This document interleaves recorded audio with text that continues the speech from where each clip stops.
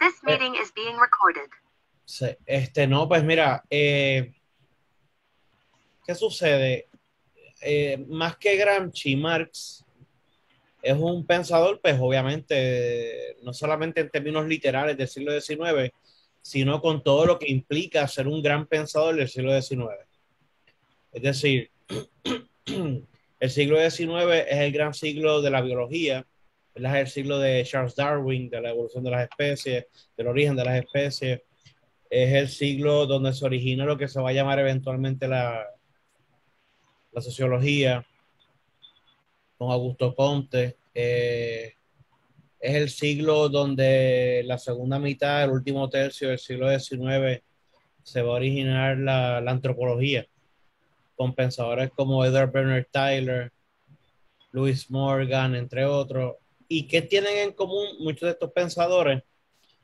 Que muchos de ellos planteaban una concepción del desarrollo de la historia como etapista, ¿sabes? Si tú vas a Augusto Comte o, o pensadores seguidores de Augusto Comte más diletantes como Karl Kraus, o vas a la obra de Bernard Tyler, tú vas a ver que todos plantean de que todas las civilizaciones o todas las culturas humanas pasan por las mismas tres etapas, ¿no? Que si el salvajismo, la barbarie, la civilización. O sea, que eso es algo, o sea, esa concepción etapista, que fíjate, está más presente en esos pensadores que mencioné más que en Darwin, porque en Darwin la gente tiende a tener una concepción de la evolución mucho más determinista a partir de la cuestión de la supervivencia del más apto, y el más apto no es necesariamente más fuerte, hay una cuestión de traducción, y Darwin es un poco más complicado de lo que no es la caricaturización, pero de lo que la lectura superficial de Darwin lo plantea. Pero en el caso de estos otros pensadores, sí hay en práctica una concepción etapista de la historia. Entonces, Marx, tú tienes por un lado la influencia filosófica de la dialéctica, ¿verdad? De la importancia de, digamos, la transitoriedad de la realidad, de, de que todo está en constante movimiento. Déjenme aquí aceptar ahí estoy aceptando gente. Entonces, pues tú por un lado tienes la influencia hegeliana y digo hegeliana por decir un referente más cercano, pero desde la antigüedad, de la importancia de la transitoriedad en Marx, donde todo está en continuo movimiento, ¿no? Como comentábamos la tesis sobre Feuerbach, saludos Ángel, saludos Rodolfo, donde cuando comentábamos la tesis sobre Feuerbach hace, qué sé yo, varias semanas atrás, de cuando Marx dice que no hay tal cosa como una esencia humana, sino que realmente la esencia humana es ese conjunto de relaciones sociales. Y tú tienes eso operando, pero por otro lado tienes la influencia de esas concepciones etapistas en la sociología, en la antropología, en ciertos lugares de la biología, que también influyen a Marx. O sea, por ejemplo, cuando comentábamos en el caso específico del manifiesto comunista, en el caso del manifiesto comunista, Marx plantea, y no solamente el manifiesto comunista, pero en otras horas también, Marx plantea prácticamente que en efecto el socialismo solo es posible con el desarrollo pleno de las contradicciones internas al capitalismo. O sea, para decirlo de una manera bien llana, ¿verdad? Bien, bien mofolonga, que sin capitalismo pleno, pues no hay posibilidad de socialismo comunismo. Eso a Marx o sea, hay dos, o sea, vamos, uno puede, eso es política y éticamente problemático desde la misma perspectiva de Marx, pero es entendible desde la perspectiva cognitiva. Es decir, si para Marx el comunismo, ¿verdad? Y sabemos que Marx no nos dejó un plano arquitectónico de cómo iba a ser ese comunismo, porque contradiría precisamente los principios más fundamentales del materialismo histórico. Pero si para Marx, como poco, el comunismo implicaba, entre otras cosas, la abolición de la propiedad privada de los medios de producción y la redistribución de la riqueza para una situación en la cual todos gozáramos de una igualdad sustantiva que permitiera que todo el mundo, y ya no solamente unos pocos, pudiéramos desempeñarnos libremente en lo que nos diera la gana, pues para eso hace falta que la producción de riqueza. O sea, para Marx el punto nunca fue que el comunismo fuera la redistribución de la pobreza, de que todos fuéramos iguales, entre comillas, en la carencia o en la dificultad, ¿no? Y por eso es que, pues, o sea, por eso es que para Marx, ¿verdad? Y para no ir a otros textos, eh, Jesús, voy ahora, y para no visitar otros textos, por eso es que en el mismo Manifiesto Comunista, que es un texto paradigmático, por eso es que en el primer capítulo, la burguesía no es de una manera irónica, casi como la clase protagonista de ese primer capítulo. Y es porque para Marx realmente es fundamental el reconocimiento de la importancia histórica de la burguesía, ¿no? Y él distingue, mira, la burguesía logró, ¿qué logró la burguesía? Logró la expansión del mercado mundial, logró el desarrollo de la gran industria y logró el desarrollo del Estado moderno representativo. Y esas son precondiciones fundamentales para tú pensar en la mera posibilidad del socialismo. Pausa. Jesús, ¿estás por ahí?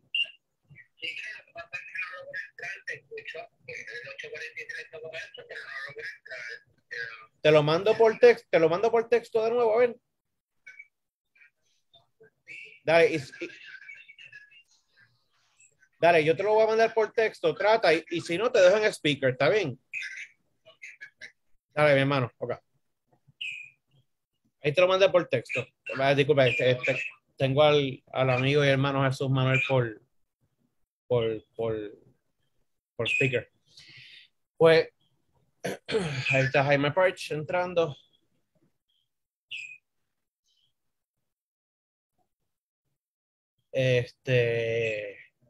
Pues nada, lo que estaba diciendo era pues entonces que, o sea, que en un sentido sí, para Marx, la cuestión o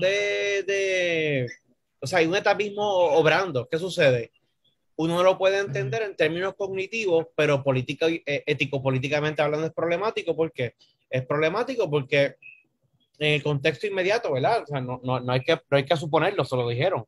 Por ejemplo, los camaradas rusos comunistas decían, mira, yo simpatizo con lo que tú estás planteando, pero según las peores versiones de tu planteamiento, nosotros lo que tenemos que hacer es aliarnos a esta incipiente y débil y frágil burguesía que tenemos en Rusia, este, para ayudarla a ella a hacer su propia revolución y luego de lograr esa revolución, pensar en la mera posibilidad de la nuestra propia.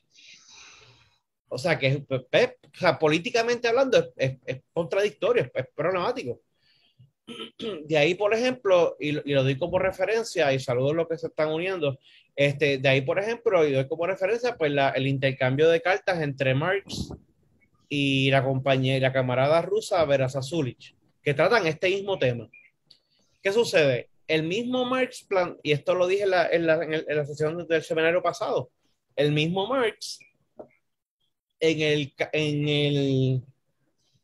el prólogo a la edición rusa de principios de los 1880, unos cuantos pocos años antes de morir, Marx retoma el asunto de lleno y, y dice, sí es posible, o sea, parece ser que se está revisando, pero no realmente, porque Marx dice, sí es posible tú llevar a cabo la revolución socialista en Rusia, brincando todo el desarrollo del capitalismo propiamente en el país, pero añade, siempre y cuando la revolución socialista en Rusia se dé de la mano de la revolución socialista en Occidente, en Europa Occidental.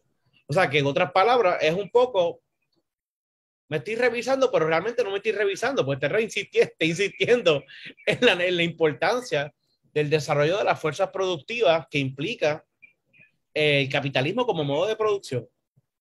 O sea que sí, o sea, hay como todo gran pensador, ¿verdad? Como Descartes, como Maquiavelo, como Rousseau, como Hegel, como, o sea, tú siempre, para un poco ir cerrando esta primera pregunta que lanzó José, sí, tú siempre vas a encontrar pasajes en donde tú vas a poder defender a Marx.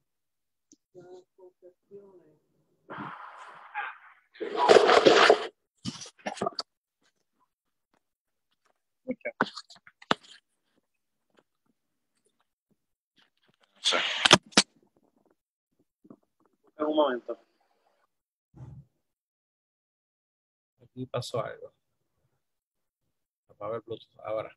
Ya, ahora sí, volvemos. O sea, sí, uno siempre va a poder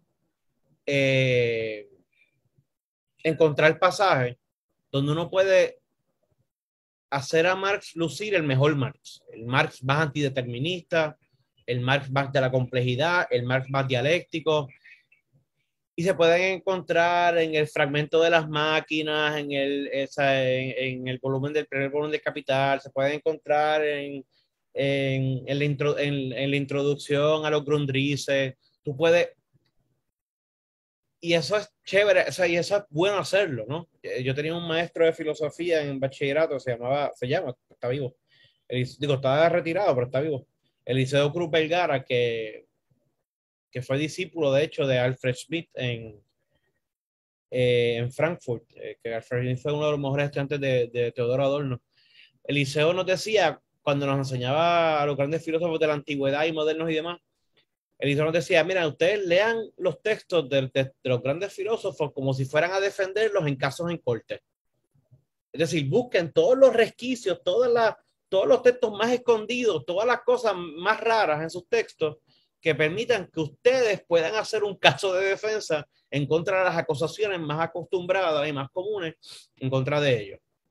Pues desde esa perspectiva yo puedo, digamos, plantear evidencia textual de Marx para contradecir esta función del etapismo en él, pero por otro lado no hay duda de que hay operando en Marx una especie, hay elementos de una concepción etapista en su perspectiva. Y para un poco por el momento, ¿verdad?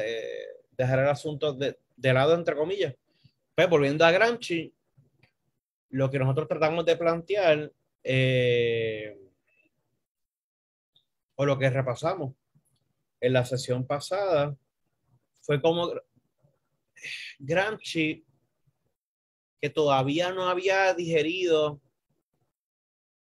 no se había apropiado, no había estudiado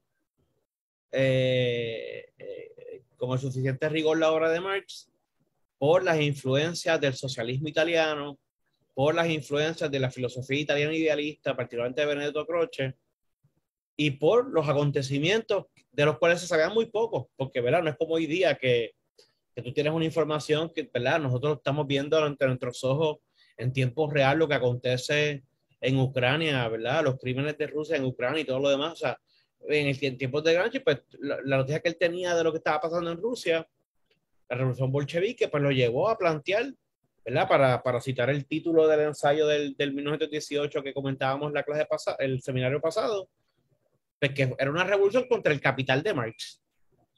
Es decir, era una revolución en contra de una perspectiva que pretendía ser etapista, que pretendía justificar el desarrollo del capitalismo pleno en Rusia, porque era necesario para pensar en la mera posibilidad de un después al capitalismo. Eso como comentarios introductorios a la pregunta a los que entraron un poco más tarde, eh, a la pregunta que hizo José Gil, el colega José Gil, José Gil Colón, que preguntaba sobre el etapismo presente en Marx y si Gramsci rompía o no rompía con eso.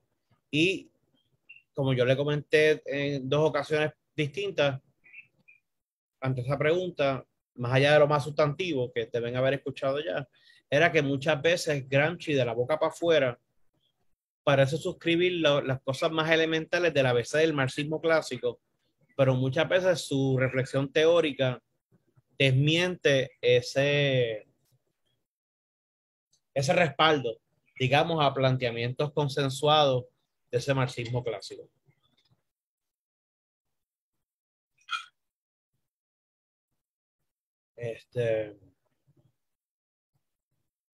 Más o menos bregué, José.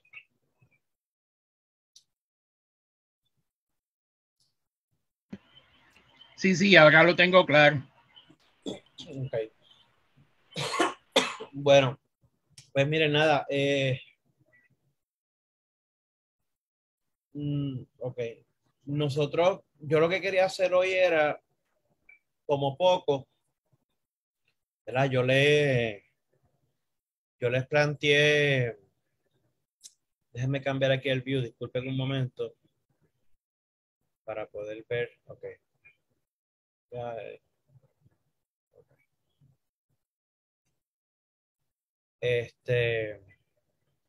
yo como poco quería hoy, digamos,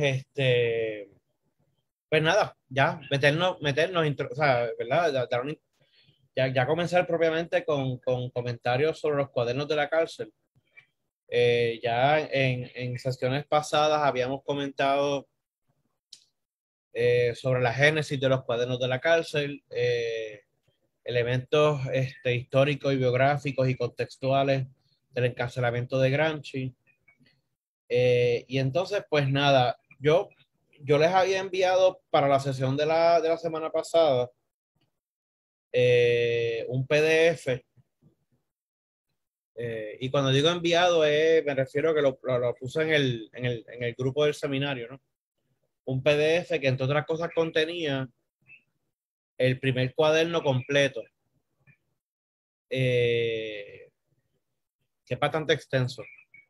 La edición que usé fue la que se publicó en el 1981, de la edición crítica de los cuadernos de la cárcel, publicada por la editorial mexicana Era, traducidos al español por la mexicana Ana María Palos, pero revisado por nuestro José Luis González, ¿verdad? Que obviamente pues, ya hace tiempo vivía en ese entonces en México. Y yo les envié ese primer cuaderno no tanto para como sugerencia para que lo leyeran todas las páginas, porque realmente es un texto bastante complicado en la medida en que si usted no ha leído una u otra obra sobre la obra de Gramsci, sobre su conjunto, perdón, en conjunto, pues ahí usted ve, pero eso es parte del punto de habérselos enviado, ahí usted ve esa escritura carcelaria fragmentaria en todo su esplendor. O sea, usted tiene textos que van desde sobre Hegel y el asociacionismo, hasta ¿no? acotaciones sobre revistas, acotaciones bibliográficas sobre revistas publicadas recientemente que la había conseguido en la cárcel, hasta comentarios sobre el Estado, comentarios sobre literatura, comentarios sobre crítica literaria, comentarios, y todo con muy poco control. Pero un poco ese es el punto, ¿no? O sea, por ejemplo, en ese primer cuaderno, yo les decía a ustedes que a finales del 1928, Gramsci consigue finalmente permiso para poder escribir en su celda.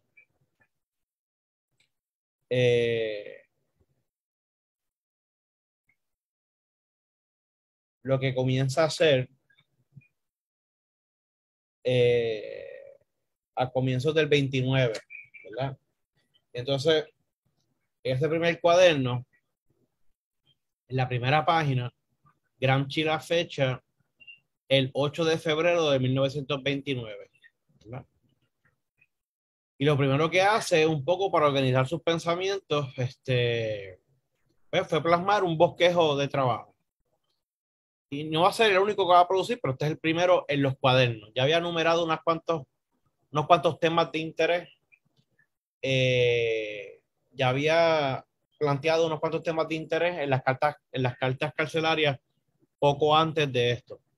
Pero en ese primer cuaderno Gramsci detalla un plan de trabajo que consistía en 16 temas, ¿no? Y cito, argumentos principales o temas principales, teoría de la historia y de la historiografía, desarrollo de la, número uno, o sea, número dos, desarrollo de la burguesía italiana hasta el 1870, número tres, formación de los grupos intelectuales italianos, desarrollo, actitudes, número cuatro, la literatura popular de las novelas de folletín o por entrega y las razones de su persistente fortuna, número cinco, Cavalcanti, su posición en la estructura y en el arte de la Divina Comedia. Número 6, orígenes y desarrollo de acción católica en Italia y en Europa. Número 7, el concepto de folclore. Número 8, experiencias de la vida en la cárcel. Número 9, la cuestión meridional o del sur y la cuestión de las islas. Número 10, observaciones sobre la población italiana, su composición, función de la inmigración. Número 11, americanismo y fordismo. Número 12, la cuestión de la lengua en Italia, Manzoni y Ascoli. Número 13, el sentido común. Número 14, revistas tipo, como de teoría, teórica, crítico-histórica, de cultura general, divulgación, etc. Número 15, volviendo con la lingüística, neogramáticos y neolingüistas. Y número 16, los nietecitos, la edición mexicana dice los sobrinitos, pero literalmente son los nietecitos del padre Bresciani. Eh,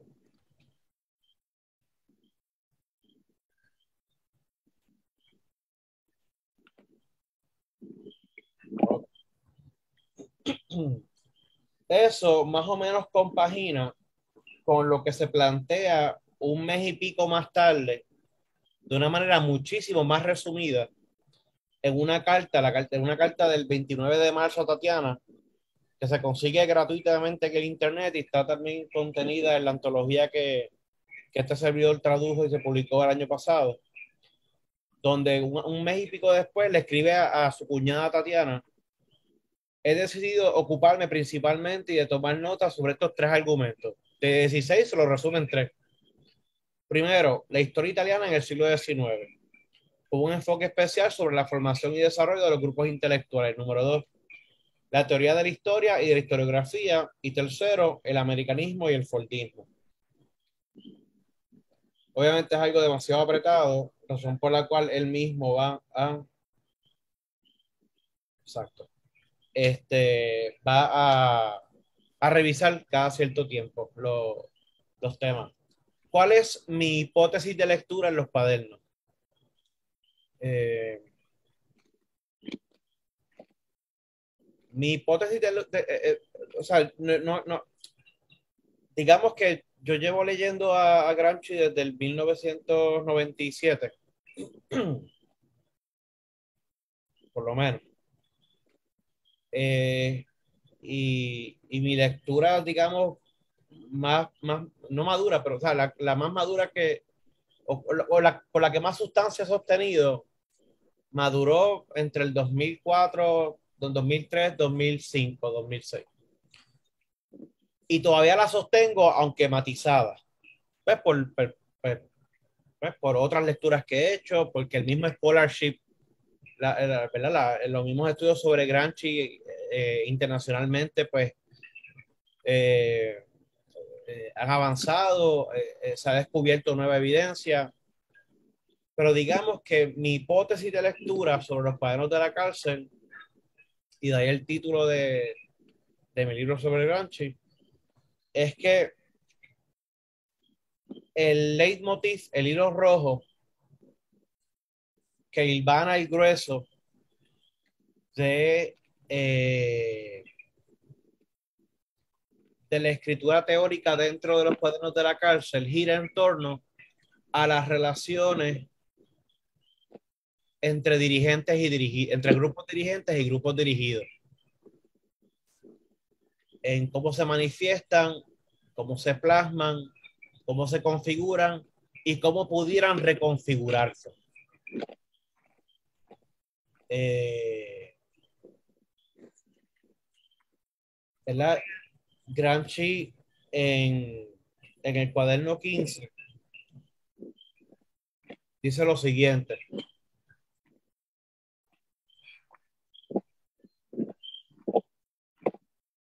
hace falta, y cito, La traducción es de este servidor. Hace falta decir que los primeros elementos de política a ser olvidados son precisamente los primeros elementos, las cosas más elementales. Por otro lado, eso, repitiéndose infinitas veces, se vuelven los pilares de la política y de cualquier acción colectiva. El primer elemento, ¿verdad? La célula más básica, el primer elemento es que existen verdaderamente gobernados y gobernantes, dirigentes y dirigidos. Toda la ciencia y el arte político se basan en este hecho primordial, irreductible en ciertas condiciones generales. Pequeña pausa. Es importante la fuerza con lo que le insiste, ¿no? La cuestión de que esto es un hecho primordial irreductible. Es decir, Gramsci, un poco, aunque él va a asumir figuras, figuras y palabras clásicas de Marx, como la cuestión de la estructura, la superestructura. Para Gramsci, o sea, no hay tal cosa como una concepción de lo social o del orden social o lo que por costumbre llamamos sociedad, vista como una especie de tablón de juego dentro del cual se dan múltiples relaciones de poder, sean de índole económico, sean de índole raciales, de género, sea de índole de lo que sea, sino que el orden social mismo es primordialmente el resultado o el producto de unas determinadas correlaciones de fuerza entre grupos dirigentes y grupos dirigidos. Sigo la cita. Los orígenes de este hecho son un problema en sí que deberá ser estudiado en sí, por lo menos podrá y deberá ser estudiado el cómo atenuar y hacer desaparecer el hecho, ¿verdad? Porque la meta de Gramsci en ese sentido sigue siendo el horizonte este del comunismo, ¿no? La pretensión de lograr una sociedad reconciliada consigo misma, totalmente transparente y carente de relaciones de poder en términos opresivos. Pero subsiste la cuestión de que existen dirigentes y dirigidos, gobernantes y gobernados. Dado este hecho, habrá que ver cómo se puede dirigir del modo más eficaz, dado ciertos fines, y cómo, por lo tanto, preparar de la mejor forma a los dirigentes.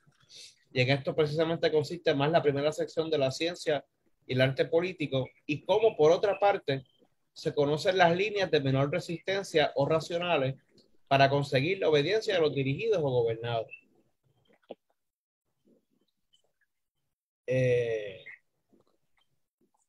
A esto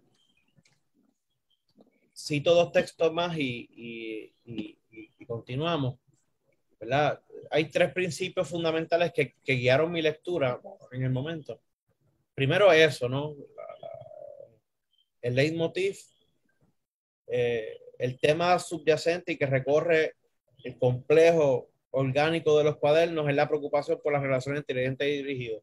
Por otro lado, ya en términos más epistemológicos, y aquí estoy citando a Julián María al respecto de la obra de Ortega y Gasset, cuando dice el pensamiento de Ortega, ¿verdad? Diríamos ahora de Gramsci, ¿no? Un poco yo estoy pensando en Gramsci. El pensamiento de Ortega es sistemático, aunque sus escritos no suelen serlo.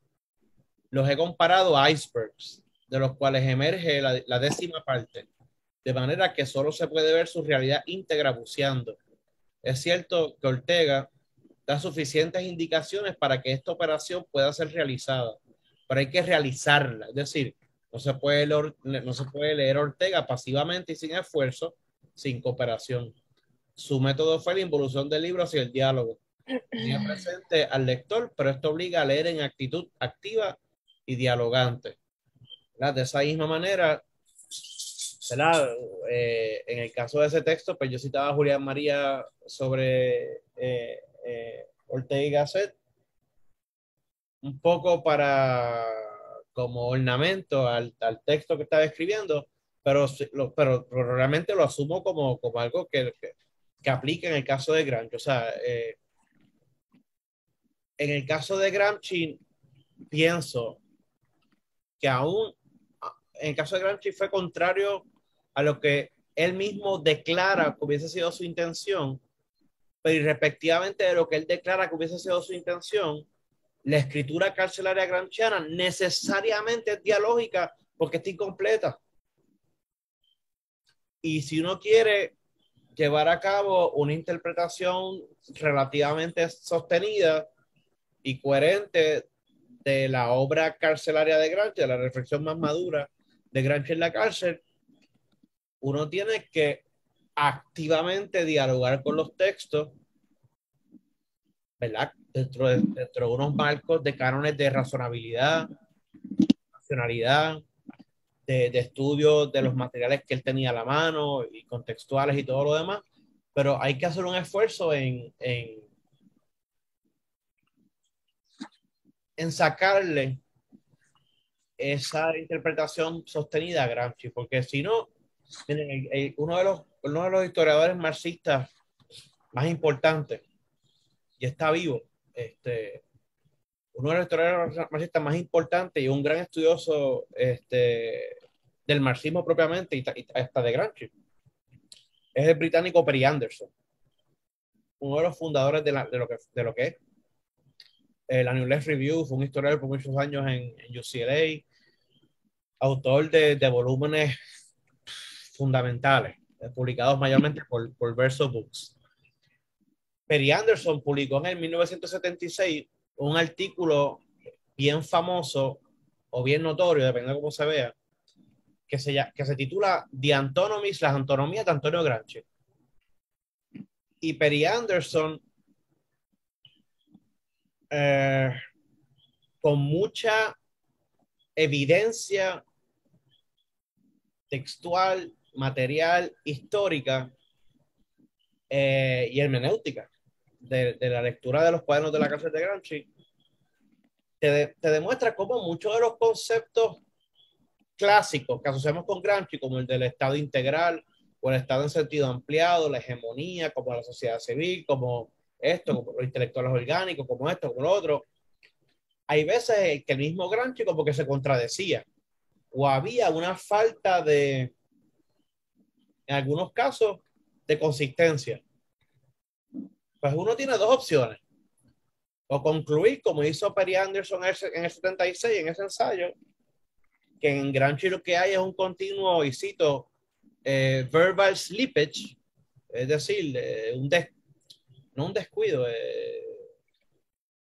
una precariedad conceptual, o hacer una lectura productiva de Gramsci. Pero claro que eso implica agency de parte del intérprete, del lector o la lectora. Y no por eso es decir que vamos a imponerle a Gramsci algo que sea irrazonable y que no se pueda sustentar en sus textos, pero sí es reconocer nuevamente el dialogismo de su obra. Pues porque si no, pues es algo para admirar, de elegir, pues, ok, pues eso existe, fantástico. Y pues la realidad del caso es que Gramsci sigue vigente hoy día por muchas razones, pero el punto es, o sea, porque la gente sigue queriendo dialogar con su obra. Entonces, el último principio, y lo saco también de Gramsci, que un poco que guiaba mi lectura, o guía mi lectura de los cuadernos de la cárcel, es que una preocupación que el mismo Gramsci, ¿no?, que plantea en una nota en su sexto cuaderno, cuando dice, en un fragmento que titula solicitar a los textos, dice, es decir, hacer decir a los textos por amor por amor a las tesis, más de cuanto dicen realmente los textos. Este error de método filológico se verifica también en las afueras de la filología, en todos los análisis y exámenes de las manifestaciones de la vida. Hicieron así.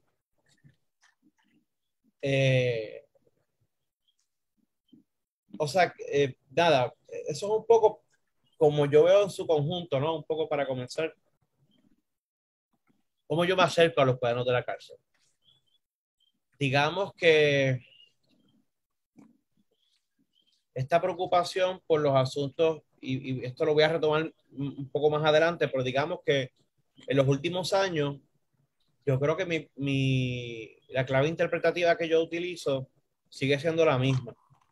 Yo creo que por asuntos estrictamente didácticos y pedagógicos, en algún momento, cuando yo pues conversaba o daba clases o seminarios sobre Gramsci, empezaba a organizarlo de otra manera. Y empezaba entonces, ¿verdad? También influenciado por lecturas de los últimos 10, 15 años en los estudios gramscianos, particularmente a partir de un renacimiento que hubo o que ha habido en los últimos 20 años sobre estudios de Gramsci en la misma Italia. Usaba el concepto de estado integral o estado en sentido ampliado como el concepto madre, a partir del cual, como en cascada, todos los otros conceptos importantes y todas sus otras preocupaciones se desenvolvían. Pero en el fondo, realmente, la preocupación sigue siendo la misma. Es la manifestación, o sea, es cómo se expresa a través de todo el complejo entramado social las preocupaciones, perdón, la preocupación sobre las relaciones entre dirigentes y dirigidos. En ese primer cuaderno, no sé si tuvieron la oportunidad de revisarlo o mirarlo por encima o leer algunos textos. Pues ya usted va viendo cómo en ese primer fluir de la pluma, ¿no? En ese primer fluir de la escritura, se va planteando esto que estoy un poco anunciando. Eh, ya en ese primer cuaderno, en ese primer brote de escritura carcelaria, usted va a ver notas que tienen que ver, si lo fuéramos a dividir pues, por divisiones tradicionales, ¿no? Usted ve notas sobre política, notas sobre literatura, crítica literaria, sobre filosofía, sobre lingüística, sobre educación. Usted ve, por ejemplo, ya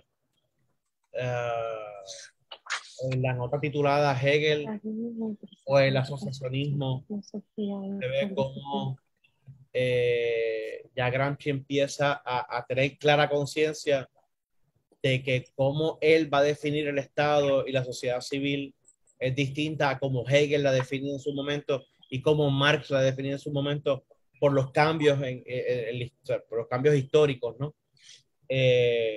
Usted va a ver un engagement un acercamiento que va a continuar por el resto de los cuadernos con Maquiavelo, ¿verdad? Uno de los grandes referentes teóricos políticos de Gramsci, y lo va a ver en más de un sentido, porque hay por un lado una lectura que hace Gramsci de Maquiavelo que es bien importante y que rompe con cierta tradición del scholarship sobre Maquiavelo hasta ese momento, que es Maquiavelo un poco como ese pensador que aunque es de temperamento republicano, a lo clásico, reconoce por la realidad que está viviendo que para hacerle frente a las que se estaban despuntando como potencias internacionales, se ve la obligación de adoptar el absolutismo y el príncipe, la figura del príncipe. Pero claro, aquellos que hemos leído bien El Príncipe de Maquiavelo, sabemos que ese príncipe al que apuesta Maquiavelo no es un monarca absoluto ni como los que existieron ni en general, sino que era una especie de excusa que usaba Maquiavelo para plantear una especie de relación simbiótica entre la figura de príncipe y pueblo, en donde ambos se beneficiaran continuamente. Recordando que para Maquiavelo el concepto de pueblo no es pueblo como la generalidad de la población, sino el pueblo como clase, porque Maquiavelo distinguía entre el pueblo y los magnates o los nobles. Pero también, o sea, no solamente Maquiavelo, no solamente Gramsci adelanta una interpretación de Maquiavelo, de su obra como tal, sino que además Gramsci usa Maquiavelo como una figura, y usa la figura del príncipe de Maquiavelo para nombrar eh, algo análogo que le correspondería entonces hacer, digamos, al Partido Comunista en el siglo, a la altura del siglo XX, cuando lo está escribiendo, al principio del siglo XX, cuando está escribiendo, ¿verdad? Y empieza a usar el mote del moderno príncipe o el príncipe moderno para referirse al Partido Comunista de Italia o para el Partido Comunista en general. Empieza a crear categorías de análisis que parten de apellidos de individuos, ¿no? Por ejemplo, de Antonio Bresciani, un viejo eh, padre jesuita, acuña el concepto de brechanismo. Y el brechanismo es un poco para referirse a no solamente a la obra propiamente del que proviene el nombre, sino para referirse a un conjunto de escritores que pecaban de, esto en términos generales, después podemos profundizar en otra sesión, pero en términos generales pecaban de producir una literatura que a Gramsci le parecía condescendiente en la representación que hacían de los menos aventajados, o de lo que Gramsci plantea como los humildes. Y cómo es una literatura de corte paternalista, de corte condescendiente. Y ahí volvemos que no es solamente, o sea, no es la preocupación de la literatura en general. En este caso específicamente es cómo se representa a los subalternos. Comienza, también hay textos y fragmentos en torno a la literatura por entrega, o la literatura de folletín. Y ahí de nuevo la importancia no es en sí misma, o sea, para Gramsci se va a convertir en por qué en Italia la literatura por entrega, que era la literatura popular, la que, ¿verdad? La que leía, o sea, la gente promedio en los periódicos y demás, por qué los italianos, por qué pegaba tanto la literatura francesa? ¿Por qué los Tres Mosqueteros? ¿Verdad? ¿Por qué la obra de Dumas en general? ¿O por qué? O sea, ¿y por qué no pegaban autores italianos? O sea, es decir, la preocupación de ese tipo de literatura por por qué unas y otras no pegaban o no lograban tener impacto, digamos, en los dirigidos.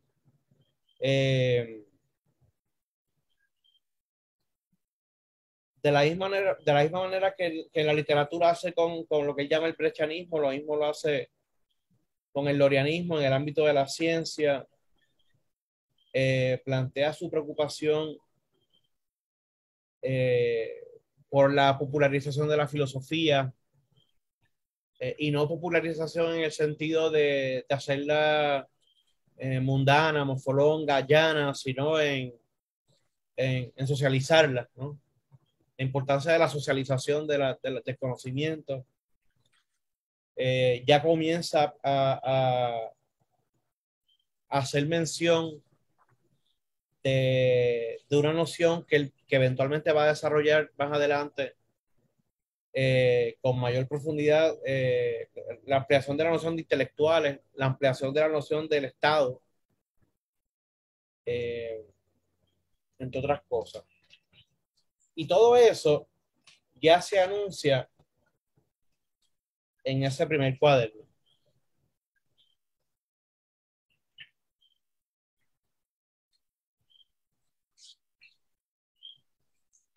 Comentarios hasta el momento, si alguno. Sí, Jesús. Sí.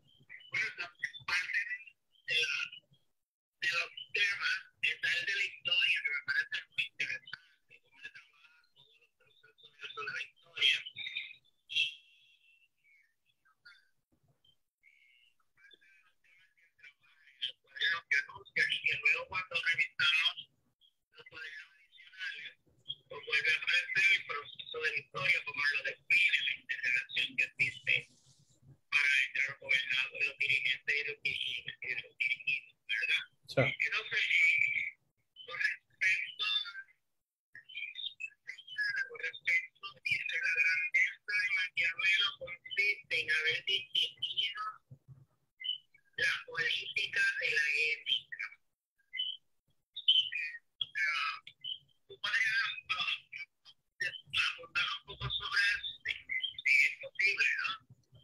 Sí, sí, pues sí, puedo comentar dos o tres cosas.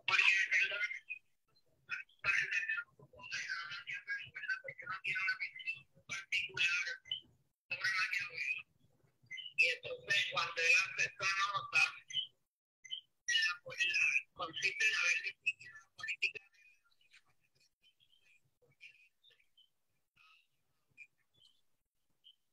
¿Cómo lo lanzó aquí? Consiste en haber distinguido la política de la iglesia. No puede distinguir una asociación con capacidad de desarrollo que no esté sostenida por determinados principios éticos. Sí.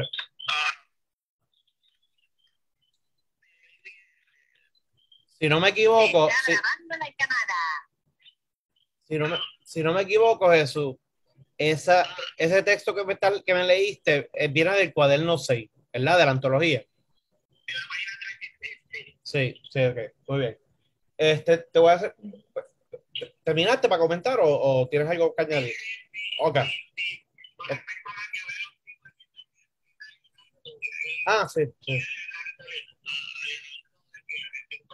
Sí. Ok, gracias.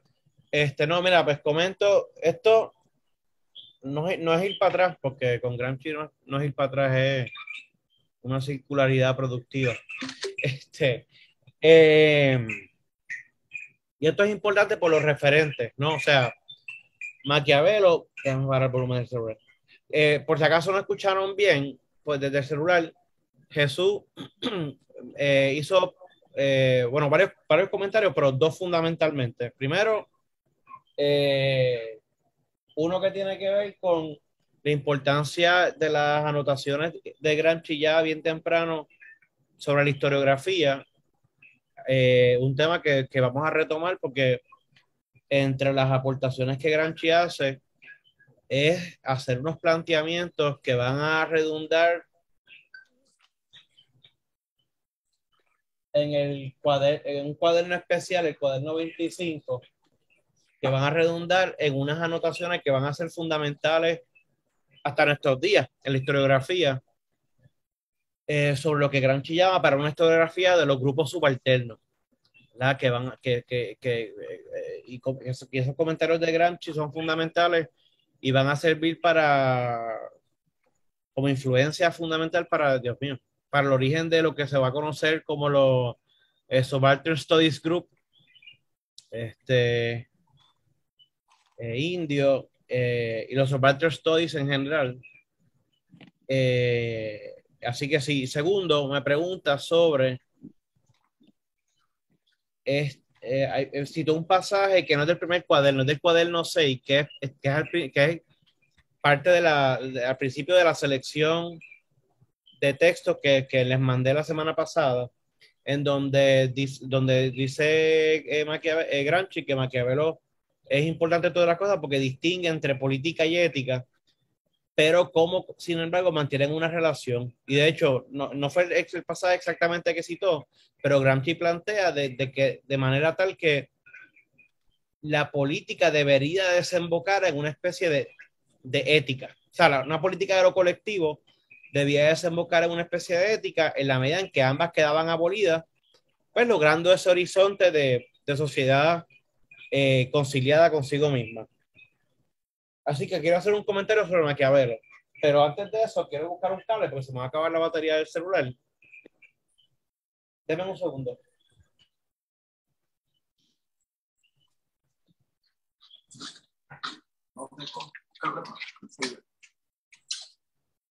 Ay, yo tengo uno aquí. Déjame ver.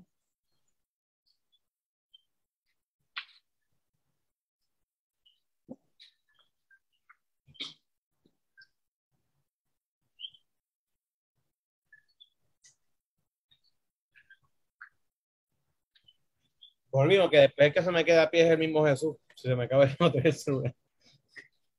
Ya estamos aquí de nuevo. Es importante, es fundamental, ¿no? Sí, ok. Acercarse a Maquiavelo a través de Gramsci implica, entre otras cosas, despejar dentro de la mente de uno las lecturas más tradicionales, aún sostenidas por académicos clásicos, sobre Maquiavelo. Primero, y esto lo digo de pasada porque Maquiavelo realmente se va a enfocar en El Príncipe. Pero digo entre corchetes o de pasada que una de las obras principales de Maquiavelo no es tanto El Príncipe, sino tal vez son los discursos sobre la primera década de Tito Livio. Y en ese texto, mucho más extenso que El Príncipe, Maquiavelo se declara abiertamente partidario de la forma republicana de gobierno y no de los principados. Es otra cosa porque él insiste en que es un régimen que está basado en libertad, pero más allá de eso, en la medida en que tenía cuerpos de gobierno como los tribunos, en los cuales podían participar los plebeyos, pues Gramsci entendía que era superior a las monarquías o los principados, porque porque Maquiavelo insistía que el conocimiento agregado de la multitud, que el conocimiento agregado de los muchos, superaba la sabiduría de los supuestos geniecillos individuales o los unos que mandaban. O sea que eso es importante tenerlo en mente. Pero más allá de eso, Gramsci no se enfoca en ese texto. Gramsci se enfoca en El Príncipe de Maquiavelo. Y El Príncipe de Maquiavelo, como es leído por muchos, tanto de nuevo, gente docta, académica y todo lo demás, aún hasta las caricaturas de Maquiavelo, se tiende a leer como una especie de tratado realista de la política.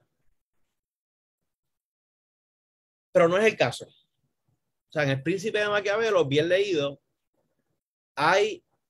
es incipiente, porque no está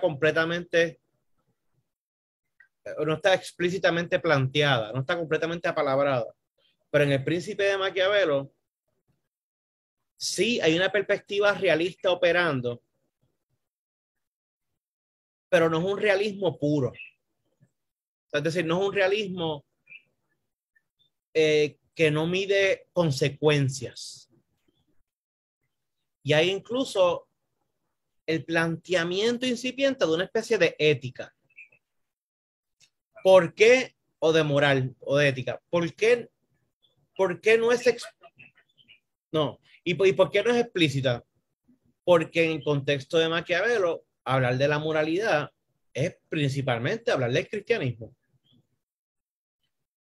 Y si hablar de la moral en Maquiavelo, en ese contexto, es hablar de cristianismo, pues la política no puede ser, o sea, no sería conjugable a la ética o a la moralidad. O sea, decirlo de otra manera. Una de las lecciones principales del Príncipe de Maquiavelo es el planteamiento de la autonomía de lo político. Es decir, que la política es un ámbito de acción que tiene sus propias dinámicas, reglas y parámetros. Y que por lo tanto, si usted quiere ser como actor político exitoso, usted tiene que seguir las dinámicas, las normas, los parámetros de la política propiamente hablando, y no los parámetros de otro ámbito social, sea el doméstico, sea el laboral, sea el religioso, sea el que sea. Quiere decir eso, que uno puede hacer lo que es, o sea, quiere decir eso en Maquiavelo, que el político, que el aspirante a ser gobernante,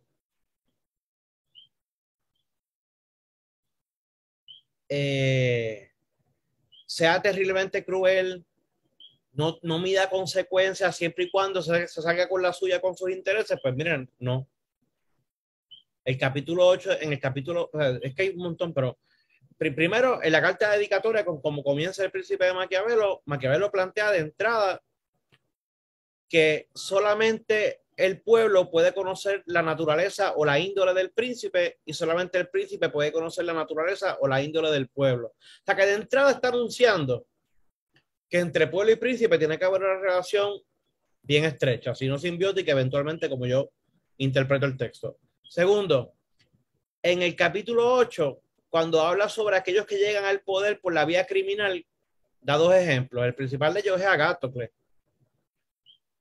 Y Agástocles llega al poder por lo que Maquiavelo llamaría su virtud, que no significa, no tiene ninguna resonancia, o sea, no tiene una resonancia fuerte moral, porque no es tanto en Maquiavelo la virtud no es tanto una cualidad anímica, ¿verdad? De espíritu excelso o lo que sea, sino la virtud tiene que ver con tu capacidad material de imponer tu voluntad sobre el curso de los acontecimientos para que te beneficien de alguna manera.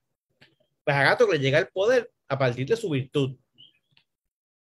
Pero Maquiavelo, perdón, a partir de su voluntad. Pero Maquiavelo se niega a llamarle virtuoso a Agástocles. ¿Por qué?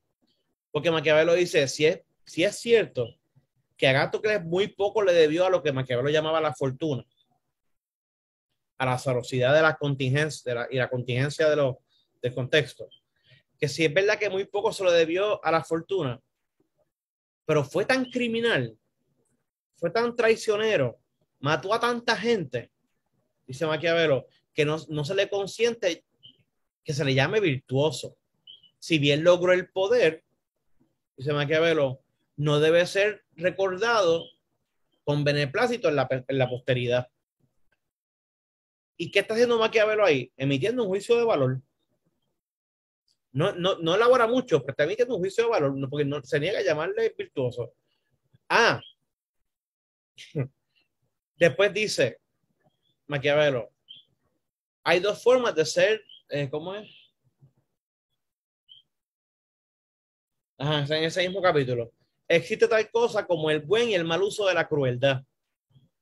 Y mucha gente se ha enfocado en esa distinción, en el elemento de que lo que hace y vale la pena citar a Maquiavelo. Maquiavelo dice, el buen uso de la crueldad, y cito textualmente, el buen uso de la crueldad, y abro un paréntesis, si es que se le puede llamar algo bueno que es malo en sí mismo. O sea que Maquiavelo reconoce, está emitiendo tímidamente otro juicio de valor. Ese buen uso de la crueldad no es solamente el que se hace justo por necesidad para tú retener el poder. Maquiavelo añade que tan pronto se va la necesidad inmediata de tú verte obligado a ser cruel para retener el poder, lo primero que tú tienes que hacer es favorecer el pueblo. ¿Y qué es lo que hace Agástocles? Agástocles viene, le perdona las deudas a un montón de campesinos pobres que estaban prácticamente esclavizados por las deudas con grandes terratenientes, y aunque tímida, pero emprende una modesta reforma agraria y donde reparte tierras no utilizadas para los menos aventajados. Y por otro lado, en el capítulo 9, por otro lado, ¿qué tantos ejemplos? En el capítulo 9, Maquiavelo también insiste en que los intereses, los propósitos del pueblo, a diferencia de los magnates o los nobles, son más honrados, porque los nobles quieren oprimir y el pueblo no quiere ser oprimido. O sea que, nada, y hay tantos otros. Bueno, el último ejemplo que doy es que Maquiavelo, ¿verdad? Maquiavelo es uno de mis pensadores favoritos. Por último, mucha gente le atribuye a Maquiavelo la expresión el fin justifica los medios. Eso no está en el Príncipe de Maquiavelo. Pero aunque estuviera, la pregunta que siempre hay que hacerse es obvia. Bueno, ¿cuál es el fin último que justifica los medios? Y segundo, ese fin último que justifica los medios, ¿permite todo o precluye algunas cosas de ser utilizadas como medio? Entonces, cuando usted lee el Príncipe de Maquiavelo, el fin último que justifica los medios, si es que está presente ese espíritu en la obra, lo plantea en el último capítulo, en el capítulo 26, donde Maquiavelo dice, y cito, a todos les apesta este bárbaro dominio. Es decir, el fin último que justifica los medios para Maquiavelo es la búsqueda de un ente aglutinador que logra unificar el territorio italiano como precondición para la liberación de Italia de las fuerzas invasoras extranjeras en el momento. Así que si estuviera presente el espíritu de esa expresión, el fin justifica los medios, pues no es innoble. Y segundo, que la expresión que usualmente a veces parafrasean o asocian con el fin justifica los medios es una que dice algo así como cito de memoria, perdón, de las acciones de los hombres y más aún de los príncipes sobre los cuales no hay quien juzguen sobre ellos, no, sobre los cuales no hay jurisdicción, se juzgarán por los resultados o algo por el estilo. Voy a quitarlo del príncipe. De las acciones de los hombres se juzgan por los resultados. Eso que dice Maquiavelo es nítidamente distinto del fin justifica los medios en dos sentidos por lo menos. Primero, el fin justifica los medios ya de entrada. Si tú logras lo que te propusiste lograr, queda justificado lo que tú hayas hecho, ya de entrada. Y segundo, el fin justifica los medios está planteado desde la perspectiva del que actúa, del uno que actúa. Lo que dice Maquiavelo es, de las acciones de los hombres se juzgan por los resultados, o de los príncipes se juzgan por los resultados. ¿Cuál es la primera diferencia? Si el uno que actúa, digamos que es el príncipe, el gobernante, actúa de forma positiva, quedará justificado y lo aplaudiremos. Pero de manera negativa, pues lo vamos a rechazar y vamos a resistir. Y segunda diferencia, como lo dice Maquiavelo, no es desde la perspectiva del uno que actúa, sino somos nosotros, el pueblo, los que juzgamos. La multitud. Todo esto para volver a... Todos esos comentarios para, primero, dar una imagen más matizada y más rica de Maquiavelo, de la que usualmente se tiene, a menos que uno no sea especialista, pero que ayudan a matizar, sí, pero la lectura que hace de Maquiavelo el mismo Gramsci.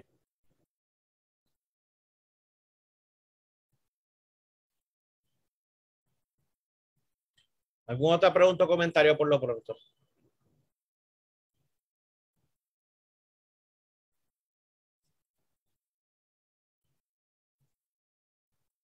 Mire, mi sugerencia es que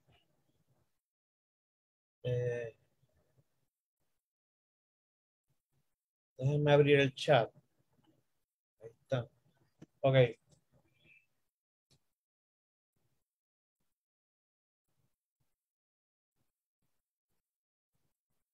Mi sugerencia en términos de lectura es que no vayamos en el orden exacto en el que están puestas en el PDF. Es decir, quizás más que empezar por el cuaderno 6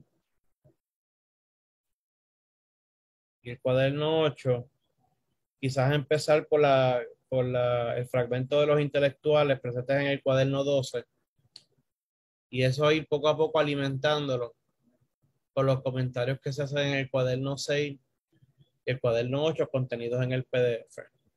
Y en ese sentido, a modo de esquema, como pongo en el chat, ¿verdad? Y como decía más temprano en la reunión de hoy, si hay un concepto madre en los cuadernos de la cárcel,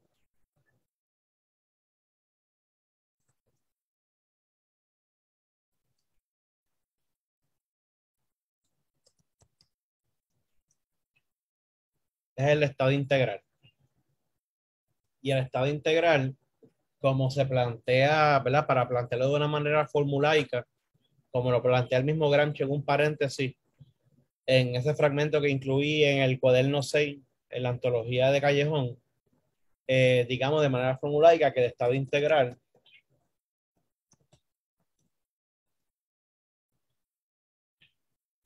es igual a sociedad política más sociedad civil.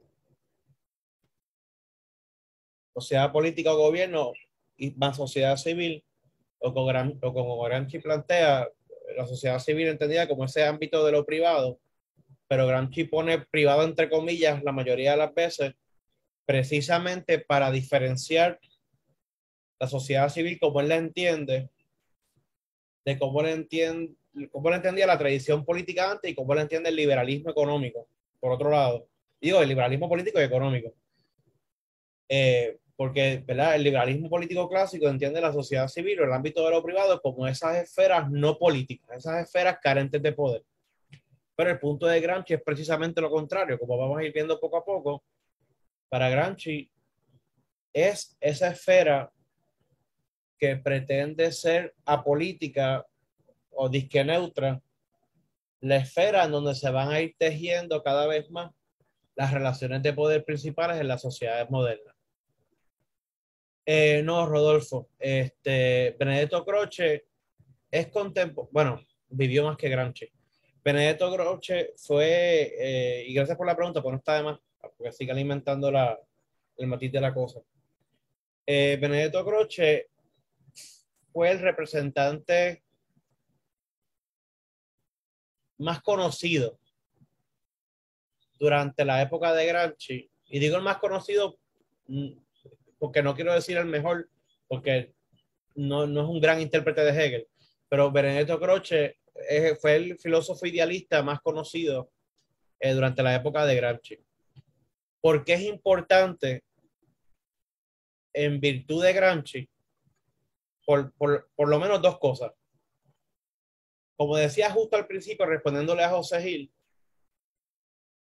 porque el voluntarismo y el subjetivismo implicado en el idealismo de Benedetto Croce le sirvió a un Gramsci en proceso de maduración y formación, en aplaudir la revolución rusa, en rechazar el etapismo y el determinismo de la socialdemocracia alemana, entre otras cosas. Y por otro lado, porque Benedetto Croce entonces luego, en los cuadernos de la cárcel, particularmente en el cuaderno especial número 10, se va a convertir en uno de los interlocutores principales de Gramsci. Pequeño paréntesis. Es interesante porque Croce comienza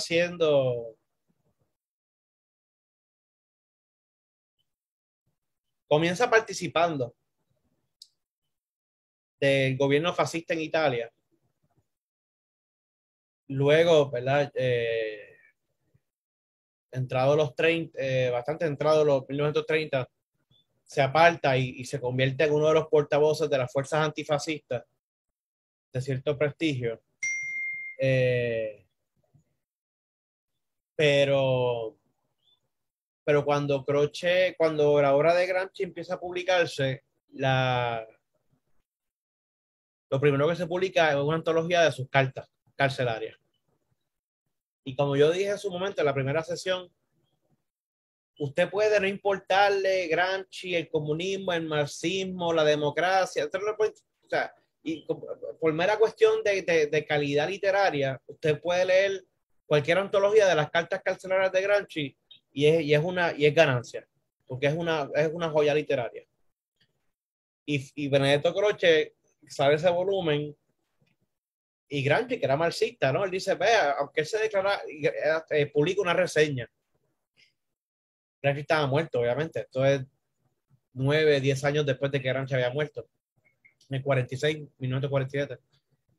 Y dice, no, Gramsci era de los grandes, era de los nuestros, cuya grandeza iba mucho más allá del marxismo y qué sé yo.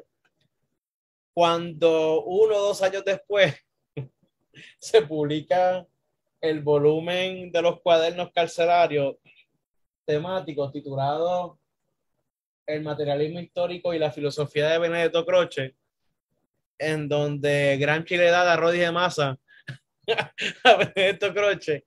Croce vuelve y escribe otra reseña diciendo, pues, Gramsci lo que era un dogmático, un panfletero, un pensador de poco tamaño, un poco, o sea que, un pequeño paréntesis, ¿no? Pero no, o sea, Croce era una figura de mucha influencia. Y la gente se la daba de mucha estatura intelectual. Y pues aunque al principio fue partícipe y cooperó con el régimen fascista, terminó siendo un portavoz de reconocimiento internacional en contra del fascismo a la larga. Así que por ahí va la cosa.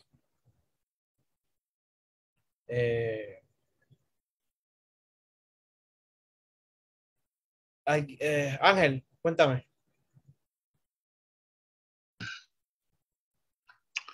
Bueno, Manuel, ¿me escuchas? Sí, te escucho. Bien, gracias. Buenas noches a todos y todas. Yo tengo la imprudencia que me obliga el hecho de estar aquí por primera vez después de varias noches que yo sé que se están reuniendo. Sí, Yo te suplico que para compensar esa tardanza mía, me envíes si algo has enviado con relación a lecturas que nos hayas propuesto, algo por el estilo. claro. Porque es que estoy interesado en hacer a mediano plazo un trabajo de Gramsci enfrentado con el peruano José Carlos Mariate. Mariátegui, y quisiera pues que me dieras unas orejitas por ahí. A lo mejor puedo empezar por las lecturas que ha repartido para este grupo de los martes. Sí, bueno, varias cosas. Esto para beneficio tuyo y de todo el mundo. Bueno, nada, tú estás suscrito al grupo de Facebook del seminario, ¿verdad? Mm, mm, Creo que no, Ah, tranquilo, yo te invito. Si no, yo chequeo. Y si no estás, te invito. Y si no, te envío las lecturas que he enviado. Pero si no estás suscrito, te voy a invitar porque ahí está la grabación de las 3 sesiones previas. Pero además de eso, ¿verdad? ¿Verdad? Y para el grupo que está aquí reunido, Ángel, ¿verdad? Además de ser un profesional de muchos, muchos años, completó un doctorado en historia y digamos que Gramsci fue un teórico importante que él utilizó para interpretar el rol de Luis Muñoz Marín, para decir en gramsciano, como una especie de intelectual orgánico con esa llamada izquierda democrática en América Latina. Es un poco Muñoz Marín como mediador entre esa izquierda democrática, entre comillas, de América Latina y los intereses de los Estados Unidos, ¿verdad? Y vis-a-vis Cuba, ¿no? Y la Revolución Cubana. Y de hecho el libro de él ganó premio y tiene mención del Instituto de Literatura Puertorriqueña. Lo tengo por aquí. Luis Muñoz Marín y la Revolución Cubana del 59 al 62. Nada, de promoción de gratis, pero después reconocer también, obviamente, los haberes del compañero. Pero además de eso, hay algunos que llaman, yo imagino que hoy día se consideraría un comentario occidentalista, pero hay algunos que llaman a Mariátegui como el Gramsci latinoamericano, ¿no? Y aunque no llegaron a conocerse, llegaron a compartir referencias mutuas y casi comparten en tiempo y espacio. Ahí yo voy a ver, eso se tiene que conseguir en la web, un PDF gratuito de esto. Pero hay un libro que se titula, es una selección y antología de ensayos, que titula Mariátegui y los orígenes del marxismo latinoamericano. Yo te mando la referencia, Okay.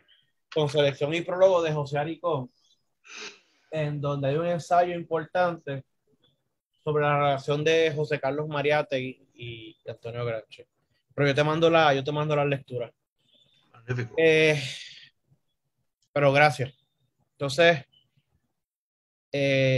¿alguna otra pregunta o comentario hasta el momento?